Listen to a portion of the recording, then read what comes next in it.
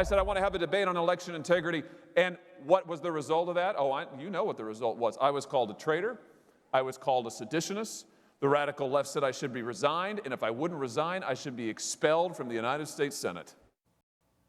To hear Hawley tell it, he was just some innocent victim of the Capitol riots, not somebody who actually encouraged the crowd to do what it did by challenging the election results, raising his fist as he's there in support of the rioters on January 6th. Now, if you were wondering how long it would take Josh Hawley, or for that matter, the rest of the Republicans in CPAC to rewrite what happened on that awful day, your answer is 7 weeks. That is the time frame from the riots through impeachment to CPAC to hear what we heard. Now, Hawley was hardly alone here. Paul Gosar, Ted Cruz, Andy Biggs, all of whom had their roles either on the 6th or leading up to it, all spoke this weekend. They were all given a platform. All, of course, downplayed the riot, used coverage of it to show the GOP as the party under attack, or maybe they somehow forgot about what happened.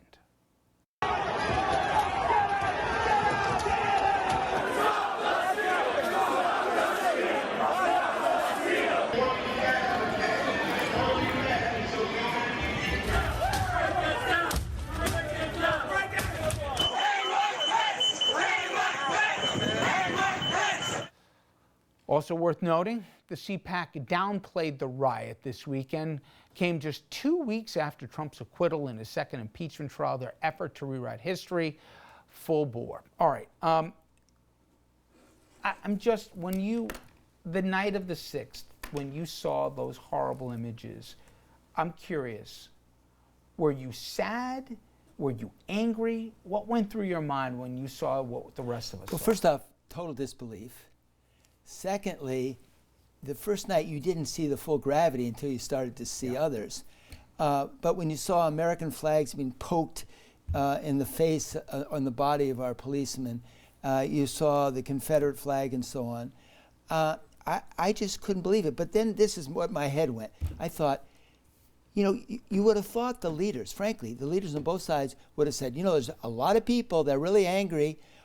We may be under some kind of protest outside. What are you going to do to protect us? And what's your contingency if it gets worse? So I even blame the leadership for not sitting down with the police and the Capitol Police and the security people in general, the Washington Police, and saying, okay, what's your plan? I mean, but once it unfolded, you saw the video like us. That I think of that New Yorker, that 12 minutes of just raw hatred. You can argue the precautions that should have been taken, but my president picked the time and the location.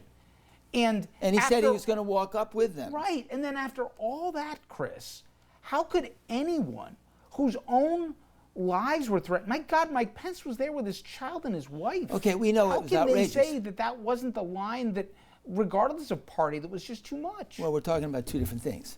All I'm saying is the leaders on both sides, Republicans and Democrats, who are in charge of the Capitol, ultimately should have sat down with the security people and said, there's going to be a big crowd here. What do we have to fear? They should have had that. When Nixon knew that they were going to take over the White House, or not take it over, but protest around the White House, he got together with his staff, and his staff said, boss, we're going to put buses all around, nose to rear. All fair. And precautions, better ones should have been taken. That said, though, it's now the riots. We see what we see. And again, for you had staffers, right? You have kids working for you in those buildings. Trump should have been removed. The whole world and all of America should have condemned him, not just some. I mean, that seems fairly obvious to me.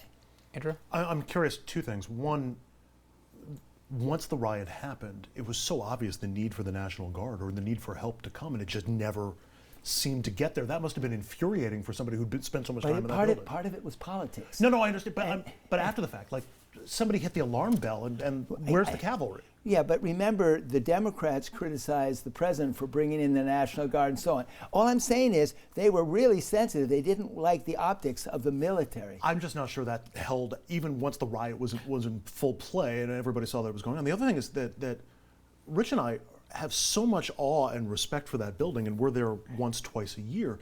You spent every day for 20 years. I mentally weep. When I would show people around the Capitol, I would get emotional just thinking who walked the halls. Yes. And they would feel that come from me. And I would sometimes tell the staff, I want to take the group through the Capitol. Because I wanted them to see it and feel it just the way I saw it and felt it. It's like the single best museum of the United States. And I know you. I would imagine, and to be fair, McConnell and Pelosi, they did the right thing. They went back that night. They didn't let the mob win in terms of it. But if I sat in that chamber and I looked at Ted Cruz and I looked at Josh Hawley, who put on this show, who lied and ginned up the most vulnerable, dangerous elements in this country to believe in this giant lie, and after the fire they started turned into an inferno, that for them to sit there, oh my God, I know you would want to take them apart. I would have. And you can be certain that McConnell was absolutely furious. Yeah. But to think that you had McCarthy then go down to Florida that he would be even willing to have a picture next to him. So nothing about it speaks well. And we remember the phone call McCarthy made. He talked to Trump to say, this is what's going on. Well, he said they're more loyal to me than you, apparently. So You'd have voted to impeach if it cost you your job? Oh, absolutely. Thought so. Yeah. let's take a break. When we come back, we talked about the present, also the past of the riot, but what of the future? What is the future of the GOP? And with CPAC just this weekend here, where do we go? Is another round of Trump on the horizon in 24 or any other of those wannabes? Will they fill the void? We'll get into all that and more after this.